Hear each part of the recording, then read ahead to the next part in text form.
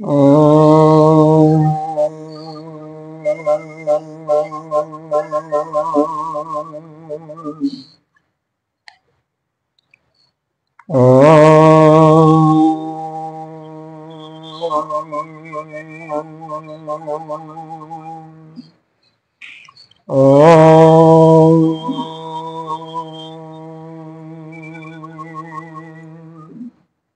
ॐ सहनावतु सहनो भुनक्तु सह वीर्यं करवावहै तेजस्विनावधीतमस्तु मा विद्विषावहै।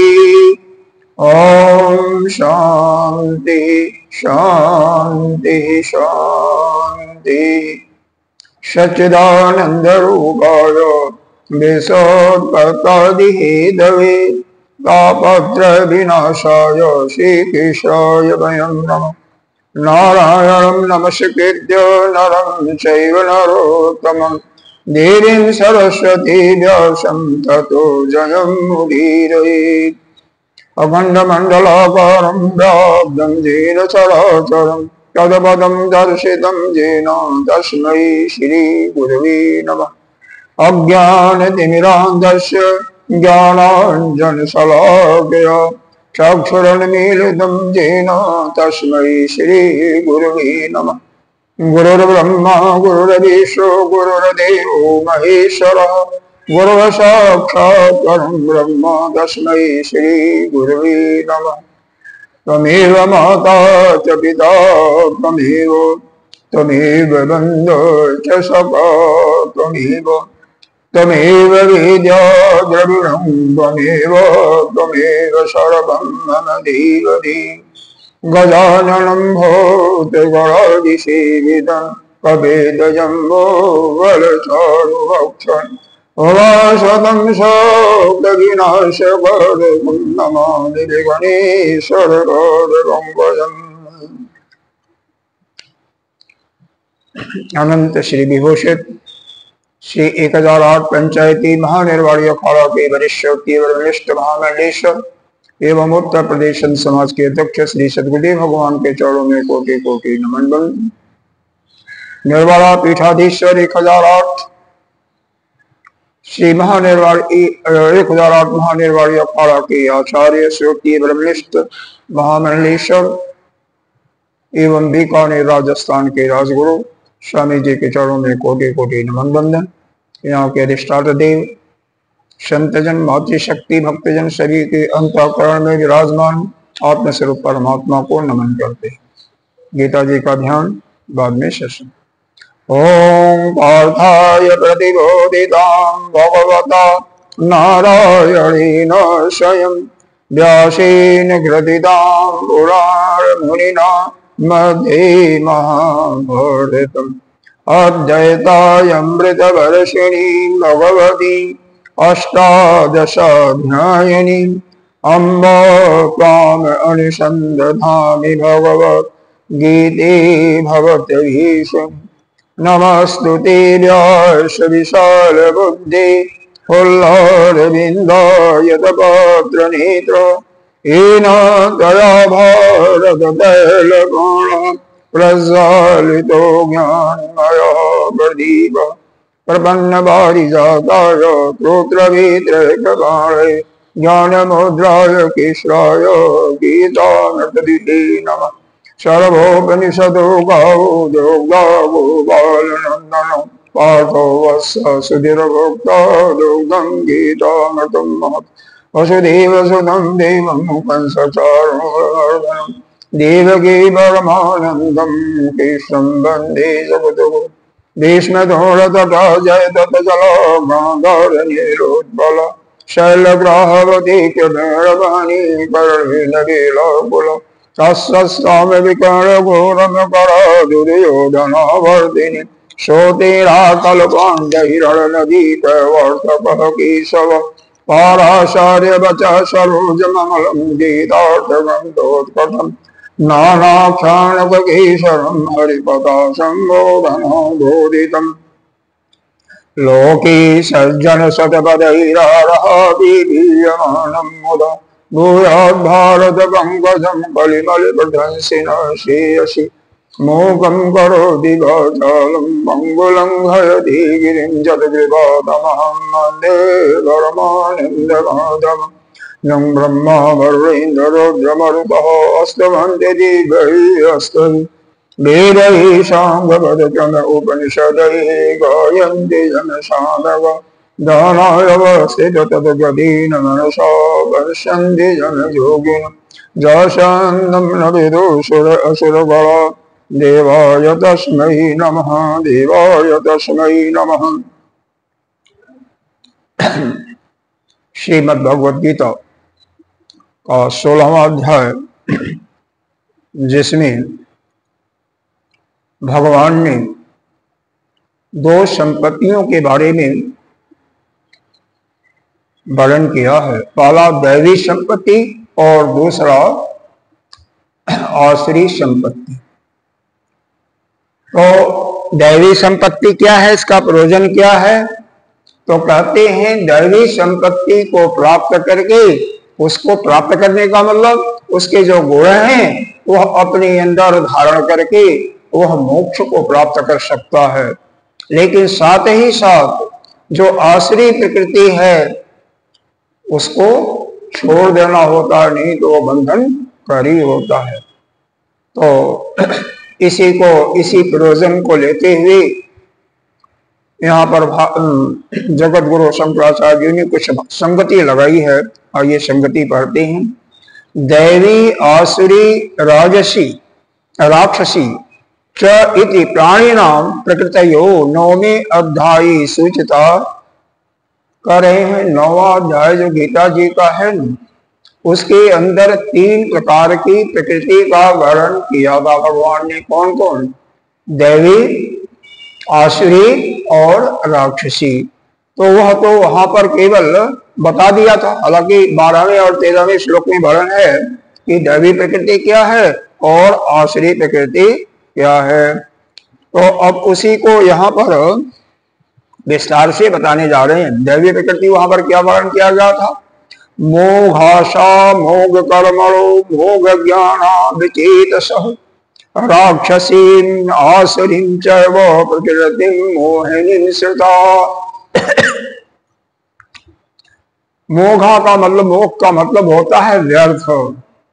तो आशा, कर्म, ज्ञान, यह सभी कुछ व्यर्थ हो जाता है। कब? जब राक्षसी और आसुरी प्रकृति आ जाती है। वह कैसे? मोहिनी श्रुता। इस माया के कारण ही हम सभी माया से ही बधे हुए हैं, ज्ञान से बधे हुए हैं। और जब राक्षसी प्रकृति, आसुरी प्रकृति आ जाती है तो हमारा सब कुछ ज्ञान नाना प्रकार की आशाएं, कर्म जो करते हैं सब कुछ बेकार चला जाता है, नहीं हमें कुछ प्राप्त नहीं होता है। और उसके बाद फिर आगे 13वें दैवी प्रकृति का वर्णन करें।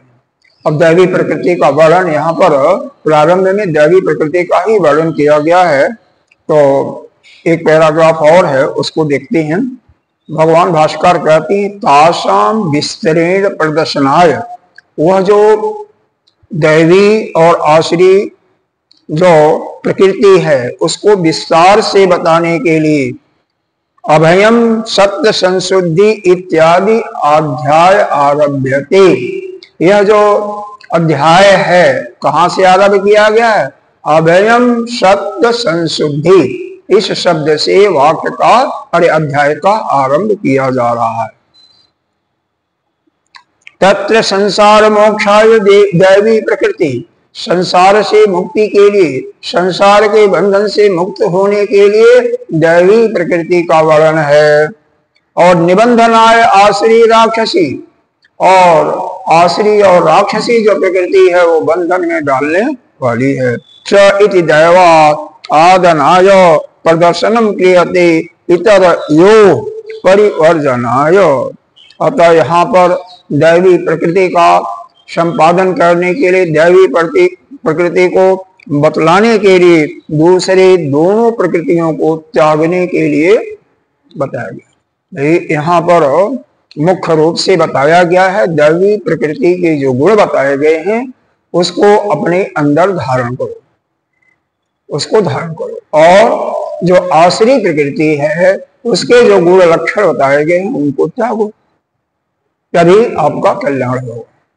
हालांकि 13वें अध्याय में भगवान ने 20 गुणों को बताया था, जगह जगह वही चीज बताई जा रही है, थोड़ा बहुत आगे चल करके थोड़ा बहुत परिवर्तन है, लेकिन और विस्तार से और गुण, वहां पर 20 गुण बताए गए थे, यहाँ पर तो मेरे ख्याल से बहुत ज्यादा है।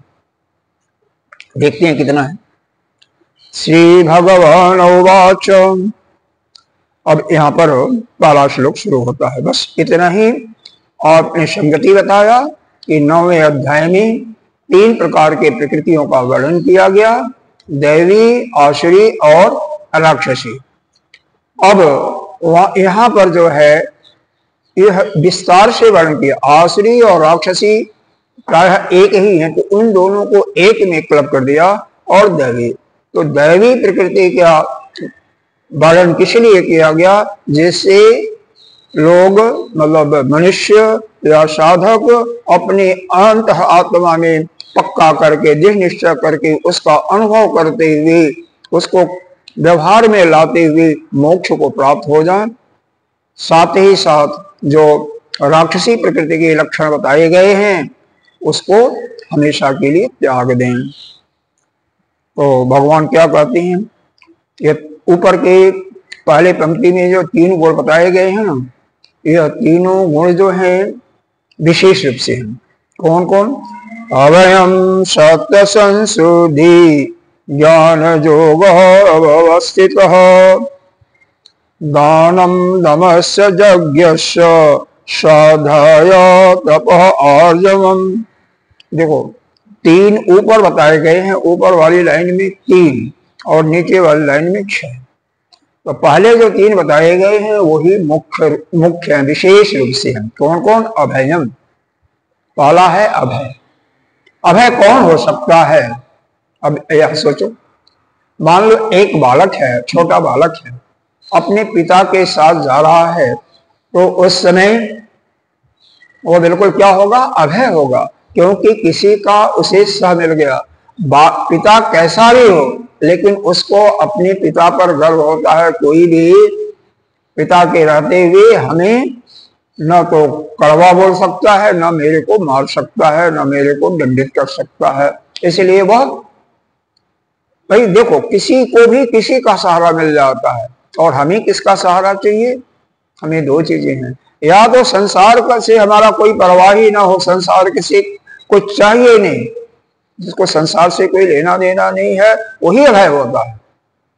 जैसे पागल है, पागल को कोई संसार से कोई लेना देना नहीं है, पूरी शक्ति आ जाती है। और दूसरा, वह परम पिता परमेश्वर का ही आश्रय। वैसे तो आप स्वयं ब्रह्म हो, लेकिन जब तक आपके अंदर अज्ञान है तो हम हमारे भगवान हैं, हमारे कन्हई हैं, हमारे भोले बाबा हैं, किसी एक का पूर्ण रूप से आश्रय ले लो। जैसे छोटा बालक अपने पिता या माँ का आश्रय लेकर के और निडर रहता है, अभय रहता है, वैसे ही आपको अभय होना है तो कम से कम भगवान का पूर्ण रूप से निष्ठा प्राप्त कर लो। देखो यहाँ पर श्रद्धा और निष्ठा में थोड़ा सा अंतर होता है। अब विचार करें आप भगवान कन्हई के लिए, कृष्ण के लिए, तो वहां पर आप देखेंगे कि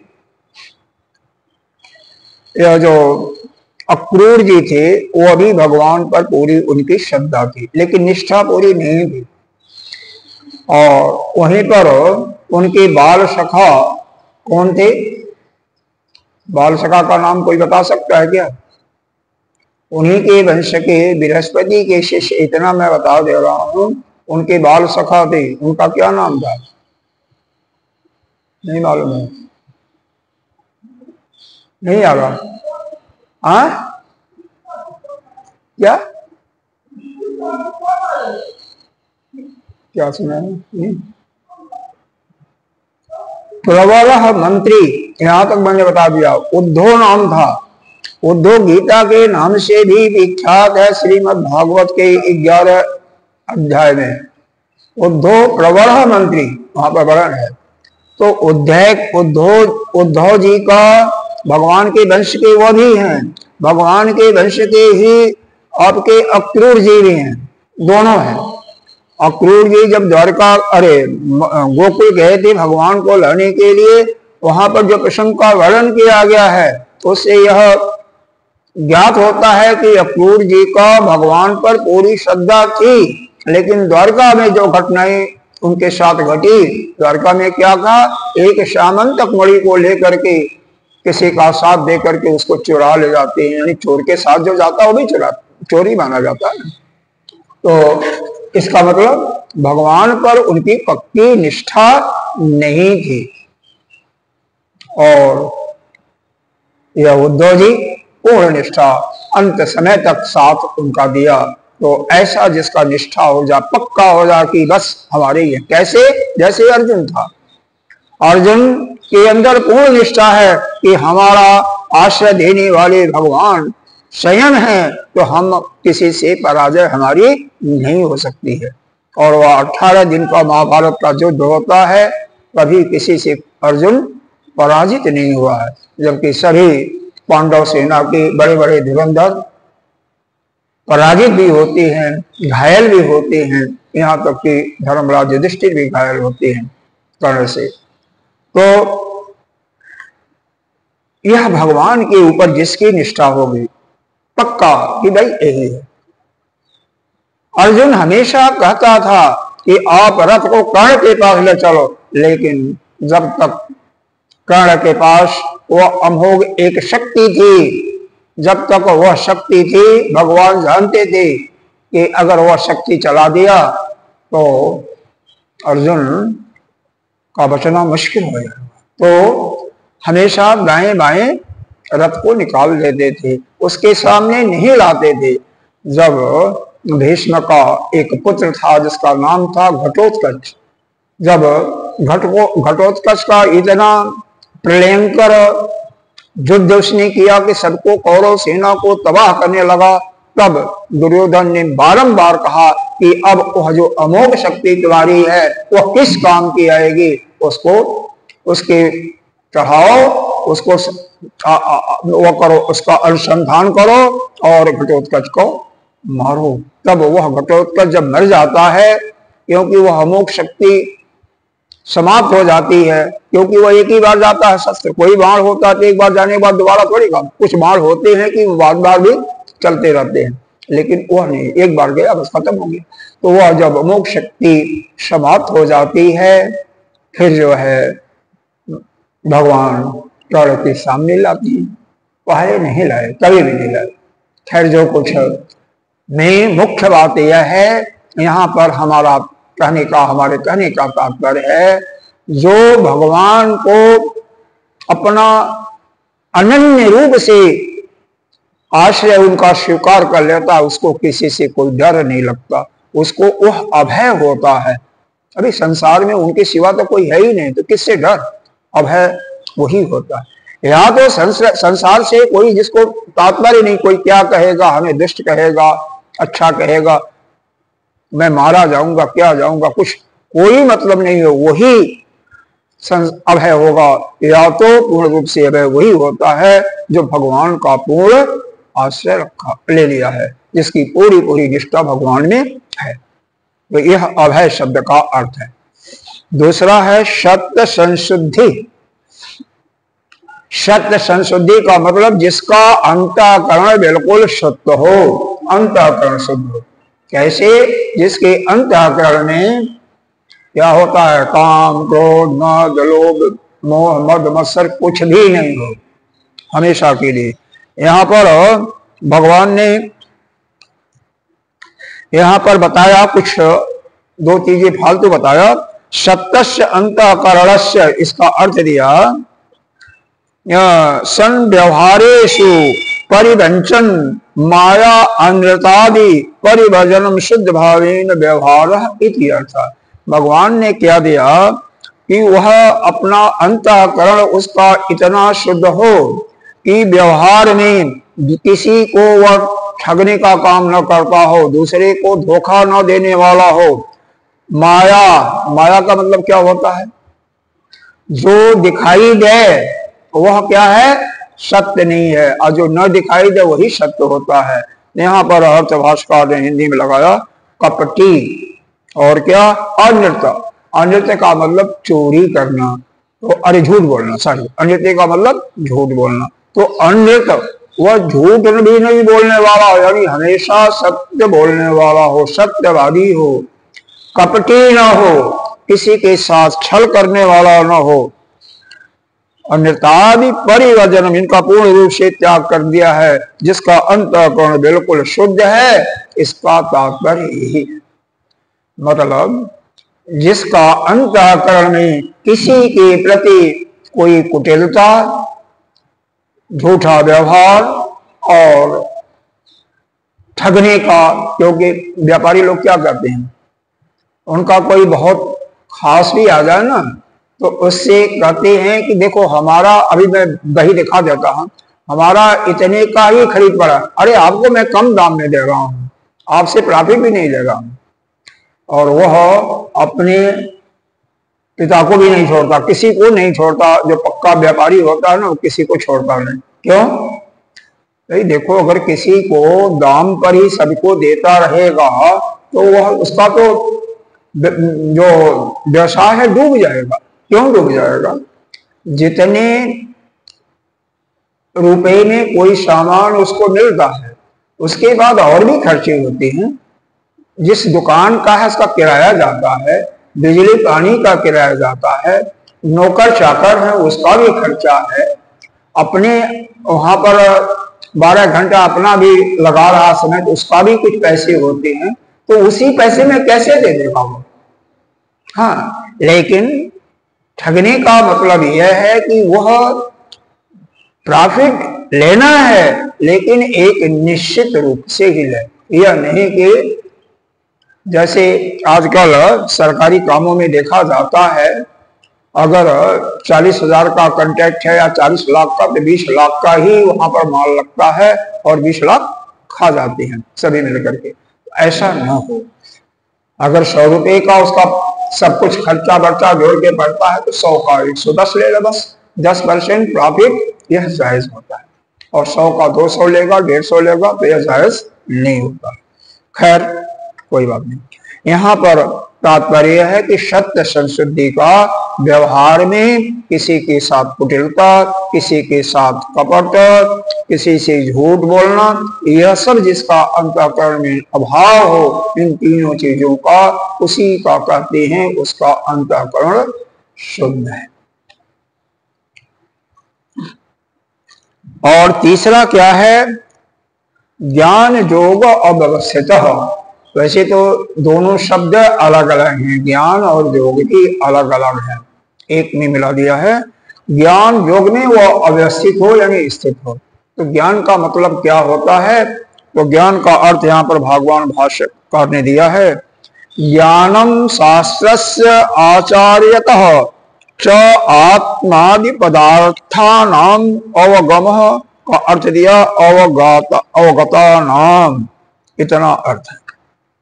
मतलब शास्त्र के अनुसार आचार्य जो आपको शिक्षा दे रहा है, जो आपको संभाषण कर रहा है, पदार्थ किसका? पदार्थ का, ब्रह्म को जानने का, दूसरा चीज नहीं, अन्य चीजें नहीं, नाचने गाने का नहीं, वो क्या कहते हैं उसको, हम लोग को उपनिषद पढ़ते हैं, दूसरे क्या पढ़ते हैं, उनका क्या नाम होता है, मतलब अन्य चीजें जो केवल मनोरंजन की चीजें हैं उनके लिए नहीं कहा जा रहा है। यहाँ पर सीधे सीधे ब्रह्म विद्या के ज्ञान की बातें कही जा रही है। आत्मादि पदार्थानाम, आत्मा का ज्ञान, सीधे स्पष्ट भगवान ने कहा कि आत्मा के ज्ञान का कौन अवगत करावे? आचार्य। आत्मा को कैसे प्राप्त कर सकते हैं, आत्मा कैसा है, आत्मा का स्वरूप कैसा है, उसका वर्णन करें। कैसे वर्णन करें? शास्त्र के अनुसार। अब मनमानी नहीं चलता, वही मनमानी तो है ये ऐसे है भगवान, तो वह नहीं।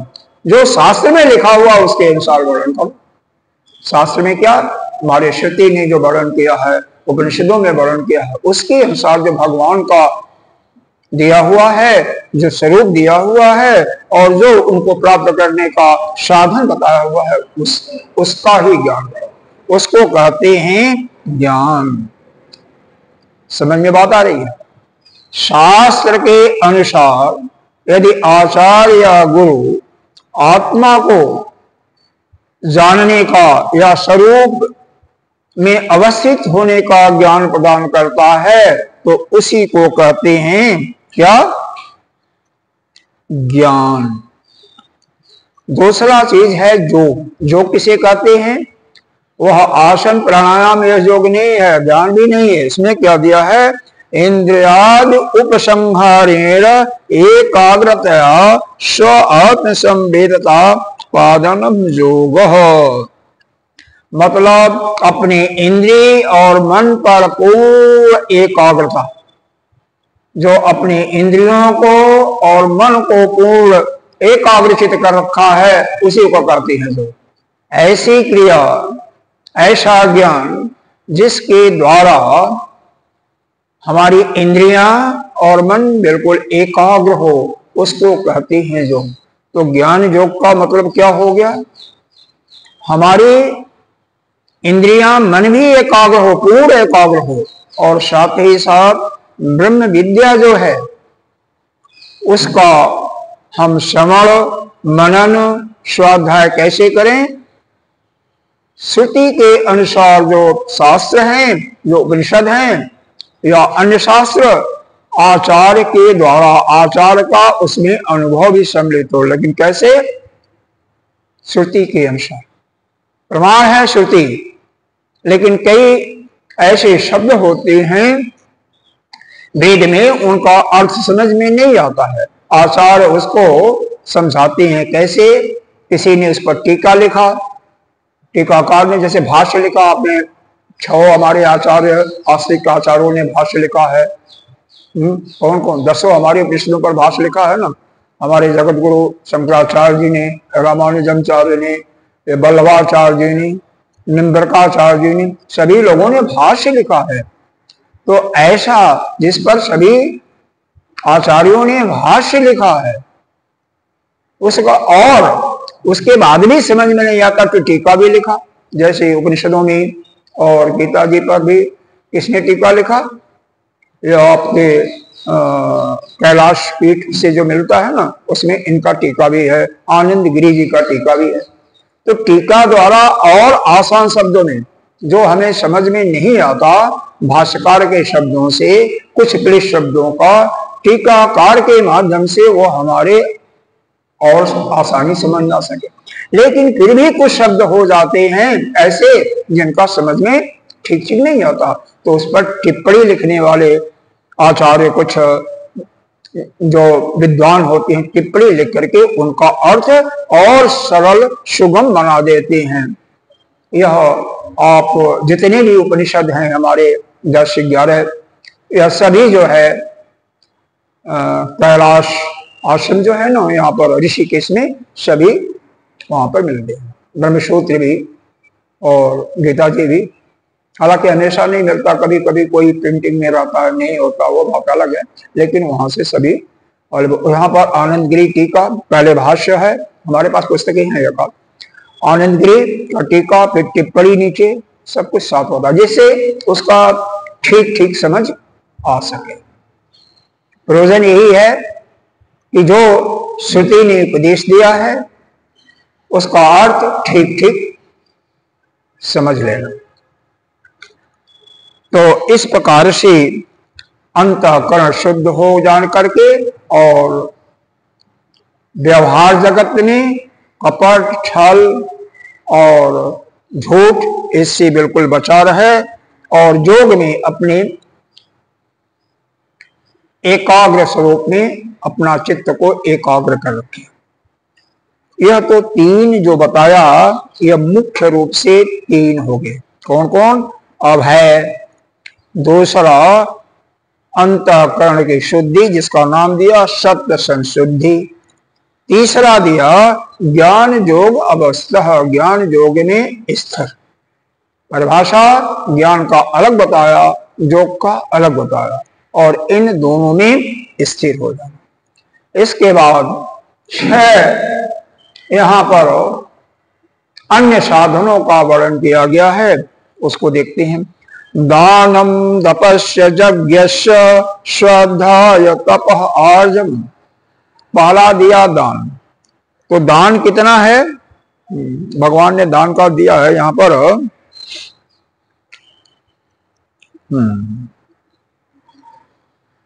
यथाशक्ति संविभाग अन्न आदि नाम। ऐसा नहीं है कि हमारे पास करोड़ की सामर्थ्य है तो हम 1 रुपया दान कर दिया, तुमने दान कर दिया। यथाशक्ति, यथाशक्ति दान का, जैसे शक्ति है उसके अनुसार दान करता है कोई तो दान। अब कोई मान लो बिल्कुल गरीब आदमी है, हैंड टू माउथ है, दोनों टाइम का उसका भोजन ही किसी भी तरह से चलता है, तो उसका 1 पैसा भी दान, उसकी वैल्यू है, उसका महत्व है। आजकल 1 पैसा नहीं, चलो रुपया सही है, लेकिन वही सेठ है कोई, तो उसका तो 1 रुपया तो किसी बात का ही नहीं है। वो इसका मतलब जैसा जो उसकी शक्ति है, शक्ति के अनुसार दान। दान का वैसे स्मृति में बताया गया कि 10% जो कमाई होती है उसका दान करना चाहिए। क्यों? शरीर की शुद्धि किससे होती है? स्नान करने से, दंत धावन करने से शरीर की शुद्धि होती है। और जहां पर आप रहते हैं, कमरे की शुद्धि कैसे होती है? सत्संग करने से, सत्संग कराने से स्थान की शुद्धि होती है। धन की शुद्धि दान करने से होती है। जो भी हमारे आश्रम में नियम बनाया गया है, जो भी कई आश्रमों में, सभी में तो नहीं लेकिन 2-3 आश्रम में मैं देख रहा हूं, प्रत्येक रविवार को जो भी संत आ जाएंगे उनका भोजन कराना है, भंडारा के रूप में कराना है। हरिद्वार में कई ऐसे आश्रम हैं कि नित्य प्रति दोनों टाइम क्या चाप भी चलता है, लेकिन पैसे की कमी नहीं होती है। जहां पर दान दिया जाता है, आता है, वैसे दान आता भी है, किसी से कोई मांगने नहीं जाता, बिना मांगे चलता है। अब इसके बाद दमश तो ऊपर बता दिया है, क्या बता दिया था? इंद्रियों को वश में करना, इंद्रियों पर विजय प्राप्त करना। तो दम का भी मतलब वही होता है कि इंद्रियों का विजय प्राप्त करना। तो यहाँ पर जो भाष्यकार ने लिखा है, बाह्य कारणान उपशमः अंतःकरणस्य उपशमः शांति बक्षति। और शांति जो है इसके बाद आया है, तो शांति का मतलब अंतःकरण का शांत होना ही शांति कहते हैं। यज्ञस्य, यज्ञ अग्निहोत्र आदि किया करते हैं, बड़े बड़े यज्ञ भी होते हैं जिसमें 16 ब्राह्मण होते हैं, 16 विद्वान होते हैं। 4 मुख्य रूप से, कौन कौन? ब्रह्मा, होता, ऋजु, और एक होता है होता ऋजु उद्गाता। इस उद्गाता, यह चारों वेद, हाँ चारों वेदों के ज्ञाता होते हैं और 3 उनके सहायक होते हैं। ब्रह्मा जो होता है अथर्ववेद का ज्ञाता होता है, आयु में भी सबसे श्रेष्ठ होता है। उद्गाता जो होता है वह सामवेद का विद्वान होता है। ऋतु जो होता है वह यजुर्वेद का, और होता जो होता है वह ऋग्वेद का ज्ञाता। ऐसा विद्वान, इन विद्वानों के माध्यम से, और 3 उनके सहायक जो कि अन्य क्रिया कराने के लिए, ऐसा जो यज्ञ करने वाला है विधि विधान से, और 2 और होते हैं, जजमान और उसकी पत्नी। ऐसा यज्ञ का अगर कोई कराता है तो वह यज्ञ से सिद्धि, और नहीं तो अग्निहोत्र सुबह शाम कई लोग करते हैं, नित्य प्रति करते रहते हैं। स्वाध्याय, स्वाध्याय फिर किस चीज का? स्वाध्याय का दो अर्थ होता है। एक को स्व अपने का अध्ययन, अपने का अध्ययन मतलब नित्य प्रति आप देखें कि आपके अंदर राग द्वेष तो नहीं है, आपके अंदर क्रोध और लोभ मोह तो नहीं है, तो अपने अंतःकरण का कैसे होगा? आत्मचिंतन जब करेंगे तो मालूम होगा।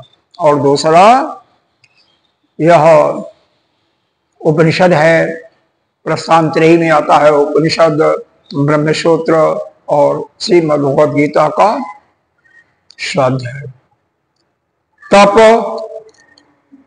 तप का तो अर्थ जानते ही होंगे, नहीं? तप का अर्थ बहुत अलग अलग लोग करते हैं। कई लोग तो कहते हैं पानी में, ठंडी के महीने में नदी में इतने पानी में रख करके जाप करते हैं। कईयों को सुना गया है, देखा नहीं है मैंने, चारों तरफ से अग्नि जला लेते हैं गर्मी में, मई जून के महीने में। ऊपर भी पगड़ी होती है, उसके ऊपर अग्नि का अंगारा रख करके और बीच में खड़े होकर के जाप करते हैं। तो यह तप ठीक है। कई महात्माओं को मैंने देखा है अपने यहाँ कि हाथ खड़ा रखते हैं कई सालों तक, बाद में हाथ गिरता ही नहीं नीचे। तप वास्तव में क्या है? हमारे गुरुदेव बताते हैं कि दुख सुख में सम रहना, परिस्थितियां आती जाती रहेंगी। ये आगम आपाइनो नेत्या, गीता जी में भगवान ने बताया है। एक आता है तो उसका द्वंदात्मक दूसरा जो है वो भी आएगा। तो इसलिए परिस्थितियां आती जाती हैं। सुख आया है तो दुख भी आएगा, दुख आया तो सुख आएगा। इसलिए कैसी भी परिस्थिति उसमें सम रहना, अपने चित्त को समाहित रखना, यही तप है।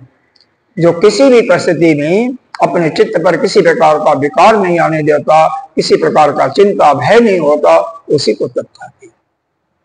खैर, आर्जवम माने सीधापन होता है। जैसे अर्जुन को भी अर्जुन कहा गया है।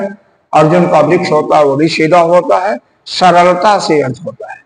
सीधा का मतलब बिल्कुल नहीं कि वह 10 फुट का हो गया और उसकी बाड़ी और कार्य उल्टा पलटा, यह नहीं। इसका मतलब सरल होना, सबके साथ प्रेम से बोलना, मधुर बोलना ही नहीं, सेवा में भी सरल, हर एक कामों में सरल। तो सरलता, इस प्रकार से यहाँ पर यह 9 गुणों का वर्णन किया गया है।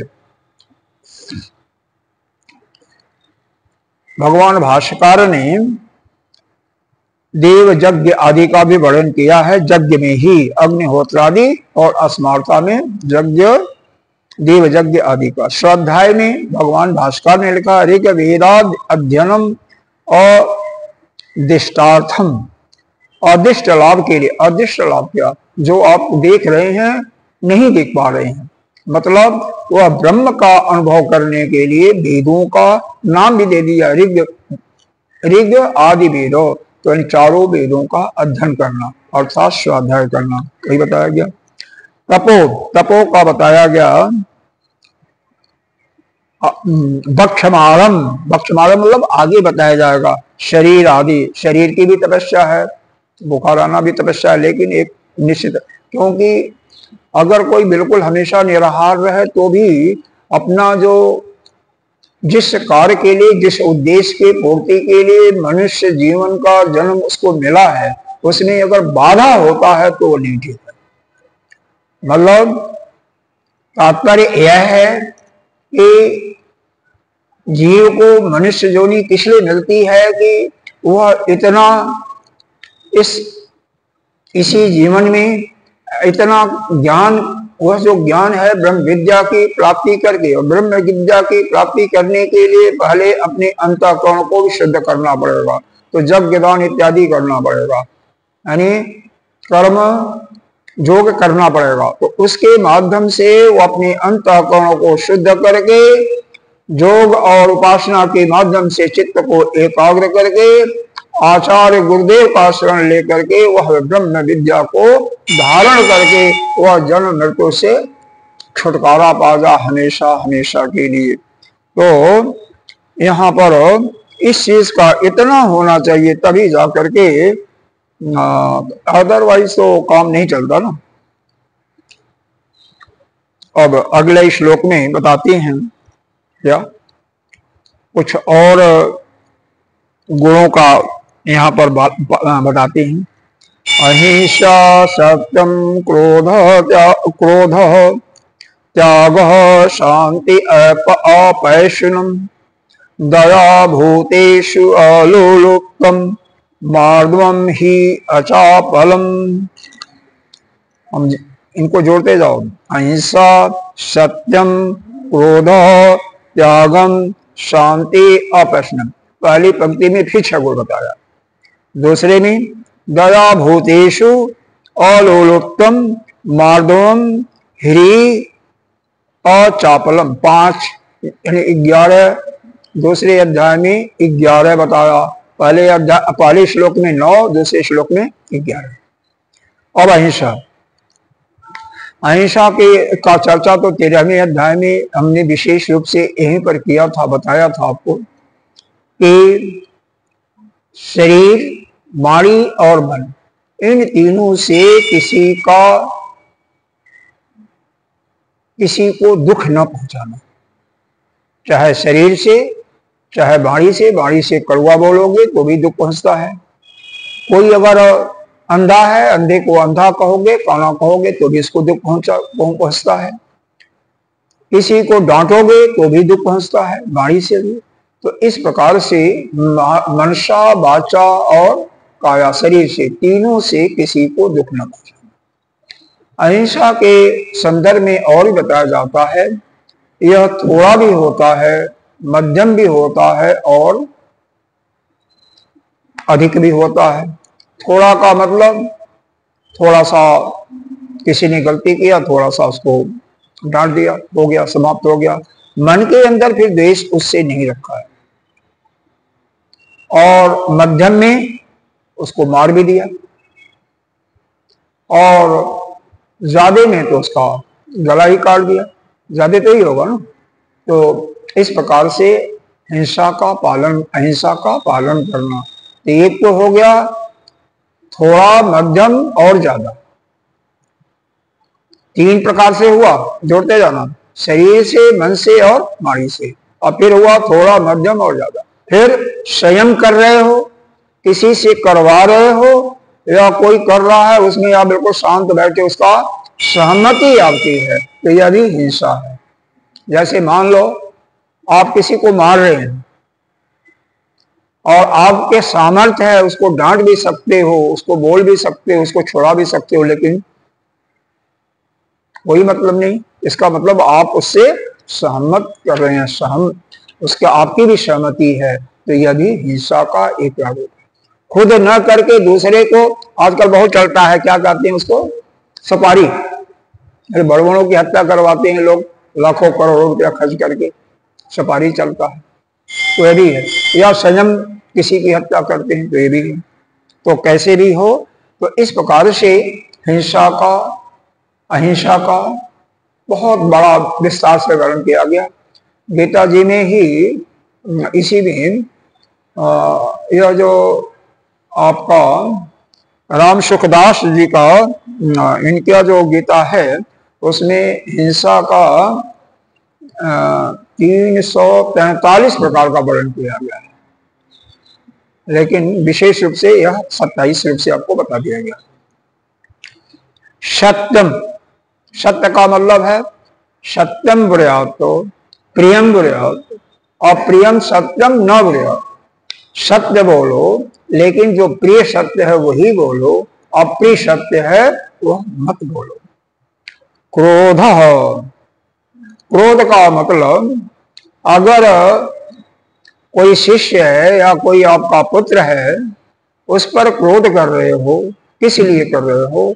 अनुशासन करके उसको अच्छे रास्ते पर लाने के लिए, गलत उसके शरीर से या गलत कार्य हो रहा है तो उसको ठीक करने के लिए, मतलब उसको सुधारने की दृष्टि से आपका प्रयोजन यह है कि हमारा शिष्य, हमारा पुत्र या पौत्र यह अच्छे रास्ते पर चल करके महान बने, तो इसको क्रोध नहीं कहते हैं, यह क्रोध के श्रेणी में नहीं आता है। इसी प्रकार से हिंसा अगर हमारे बॉर्डर पर जो हमारे जैसे अभी आक्रमण किया गया वो हिंसा के अंतर्गत नहीं आता है।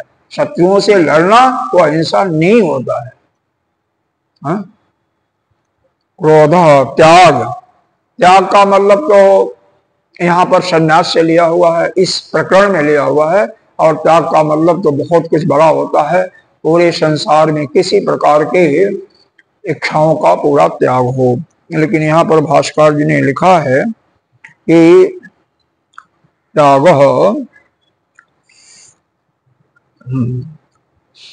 संन्यास, संन्यास क्यों लिखा है? दान, यहाँ पर त्याग का मतलब दान भी होता है, बहुत कुछ होता है। तो दान कर रहे हैं कि दान तो पहले बता दिया गया था, इसलिए यहाँ पर है संन्यास लेना, मतलब सब कुछ। संन्यास का भी मतलब होता है सब कुछ त्याग देना, लेकिन वाकई में वास्तव में सब कुछ त्याग देना। मुख्य त्याग तो यह है अपना अहम भाव का त्याग करना। अहम का ही त्याग सबसे श्रेष्ठ है, जो कि बृहस्पति जी ने स्वयं अपने पुत्र को यही बताया था कि जब तक तुम अपने अहम को नहीं त्यागोगे तब तक सब कुछ त्यागना तुम्हारा व्यर्थ है, कोई फायदा नहीं होगा।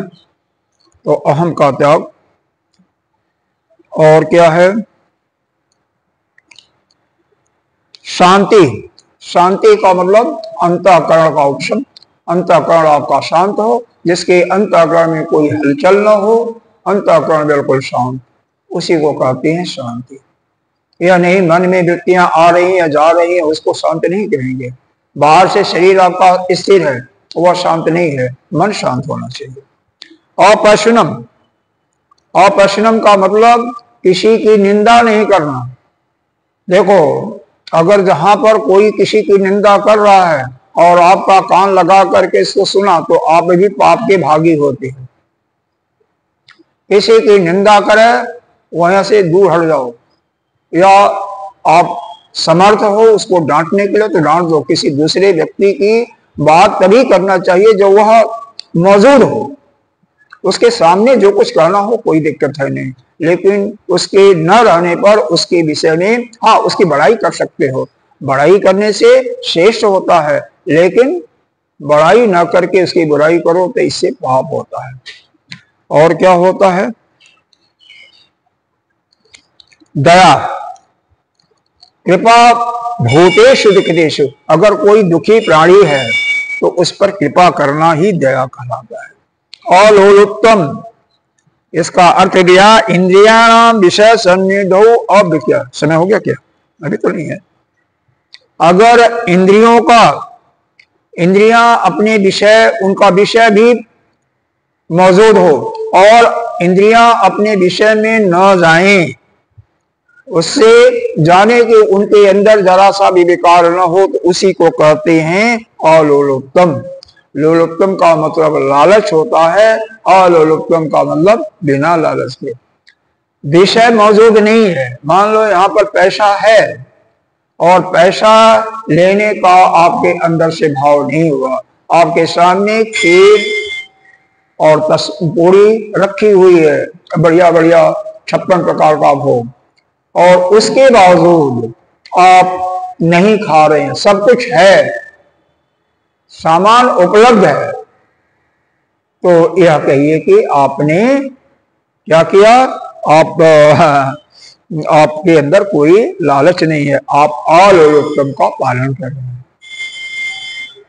कोई इच्छा नहीं, इंद्रियों पर बिल्कुल कंट्रोल करना, इंद्रियों का विषय, और जिसके पास इंद्रियां है, इंद्रियों का विषय उपलब्ध ही नहीं है, तो वह कहता है कि मैं इंद्रियों को वश में किया हूं, तो वह नहीं माना जाता है। विषय है, सामने है। अब मान लो कोई व्यक्ति है जिसको भोजन का कोई हिसाब ही नहीं बनता है, भोजन की कोई व्यवस्था ही नहीं है, और वह कहता है कि मैं भोजन नहीं करता, मैं उपवास कर रहा हूं, तो वह उपवास नहीं माना जाता। उपवास का मतलब यह है सब कुछ होते हुए भी आप उपवास करो, मौजूद हो, सामग्री मौजूद हो। इसके बाद मार्दव का मतलब, मार्दव का मतलब होता है मृदुता, मार्दव, मार्दव में मो आर्द से बना हुआ आर्द शब्द है। आर्द का मतलब होता है नम, गीला। तो उसी प्रकार से मार्दव का शब्द होता है, इसका अर्थ होता है अक्रूरता, कोमलता, बिल्कुल कोमल। जिसके अंदर क्रूरता नाम की कोई चीज ही न हो उसको कहते हैं अक्रूरता।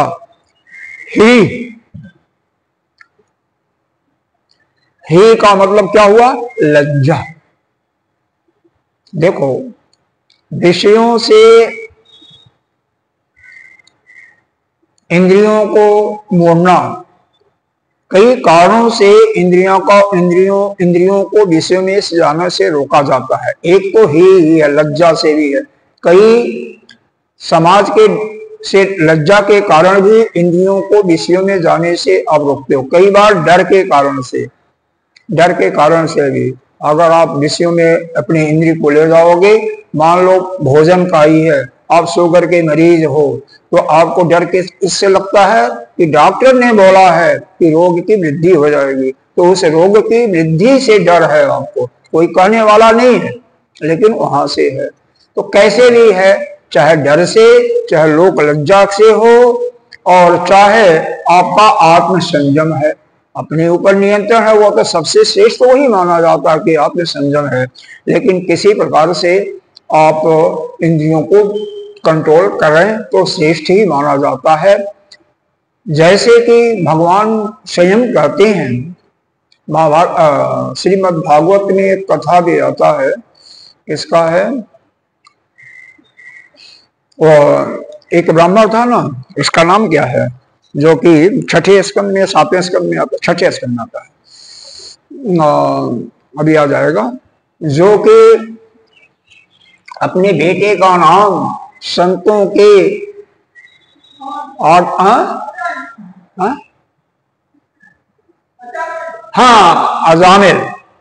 अजामिल, अरे ब्राह्मण का पुत्र था, उसके अंदर ब्राह्मण के संस्कार भी पहले थे, लेकिन बस यही है, शिकार करते हुए जाते हुए रास्ते में देखा दो क्रौंच पक्षियों को एक दूसरे में संभोग करते हुए मस्त थे, और वहां से उसके अंदर वह भाव आता है, और वह फिर पांच अरे बहुत कुछ मारना भी, क्योंकि जब जितना ही गलत काम करेगा तो उसके अनुसार धन भी होगा, और कोई वेश्या को घर में अपना पत्नी बना लेगा तो गांव वाले भी इसको तिरस्कार कर देंगे, उसका भी तिरस्कार कर दिया था, यहाँ तक कि उसको पूजा पाठ के लिए कोई बुलाता भी नहीं था।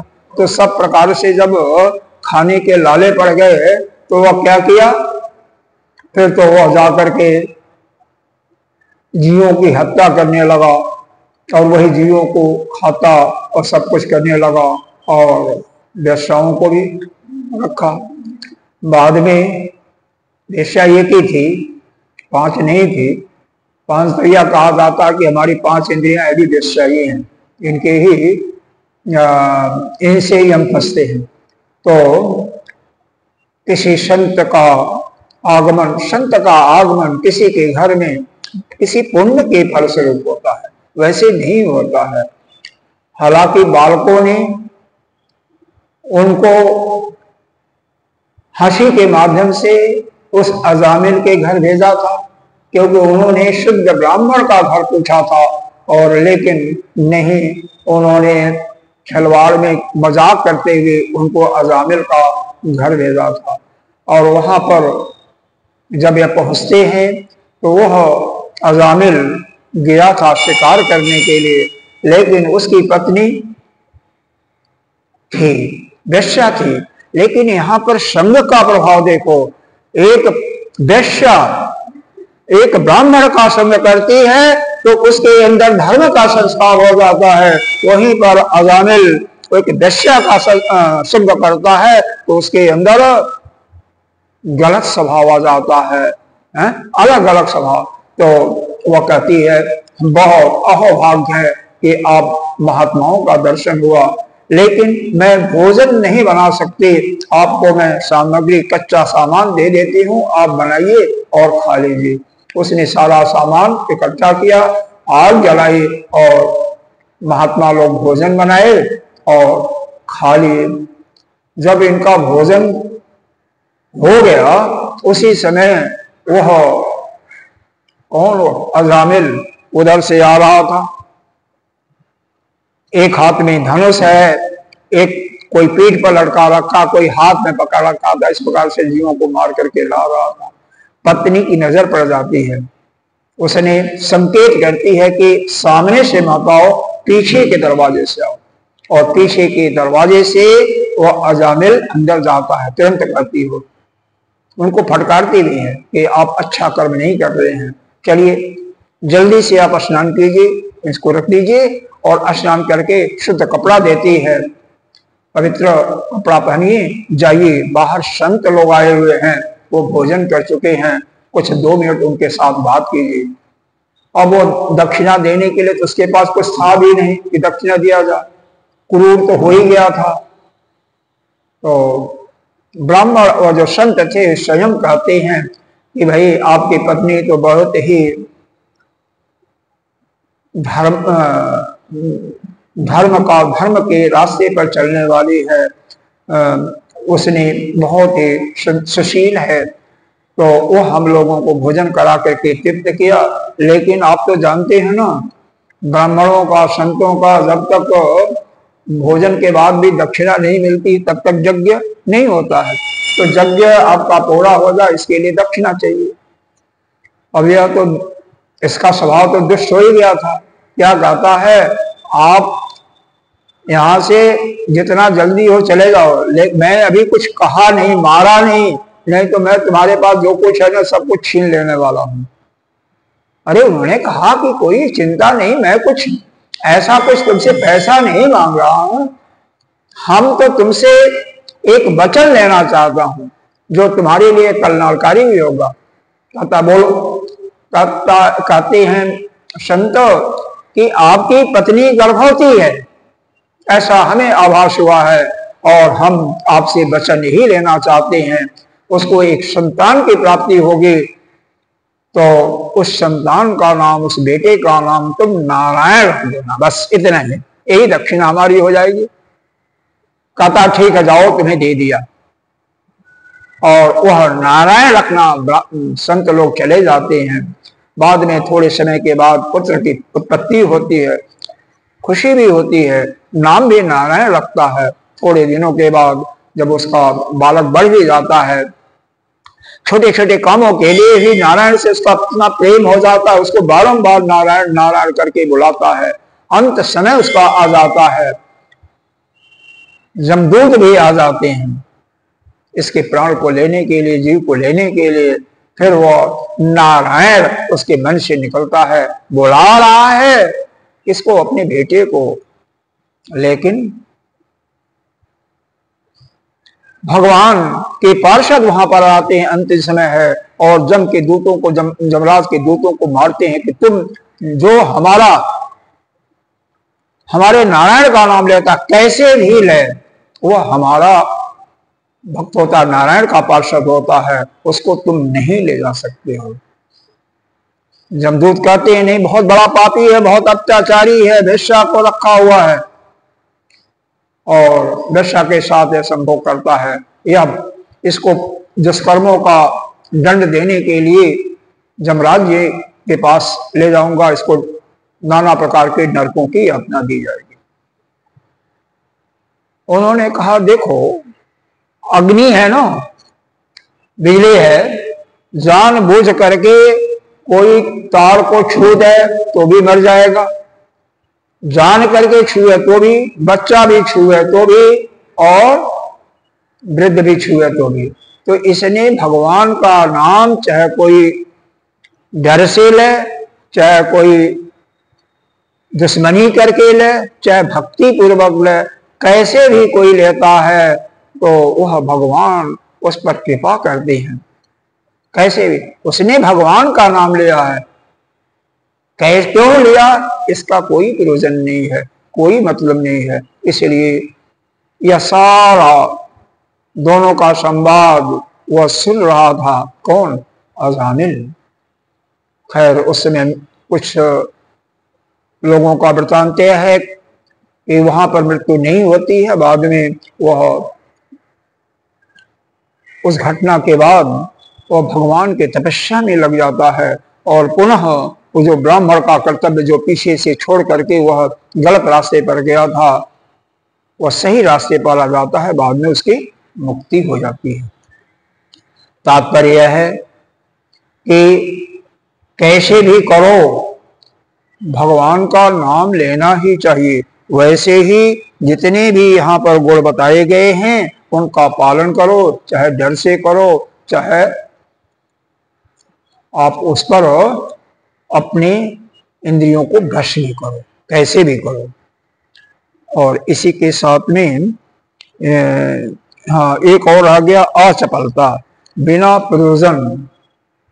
अगर आप बोल रहे हो, दो आदमी बात कर रहे हैं ना, और उसमें बीच में कोई कूद पड़ता है तो वह भी गलत है।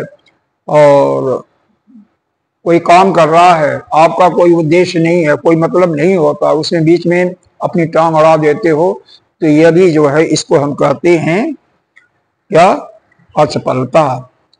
मतलब जो अड़ा देता उसको चपलता कहते, नहीं करता है तो अचपलता का गुण आना चाहिए। मतलब दूसरे दो आदमी बात कर रहे हैं तो उसमें आपको शांत रहना चाहिए। कोई कार्य कोई कर रहा है, उसमें अपनी टांग न ला करके अपना किनारे रहना चाहिए।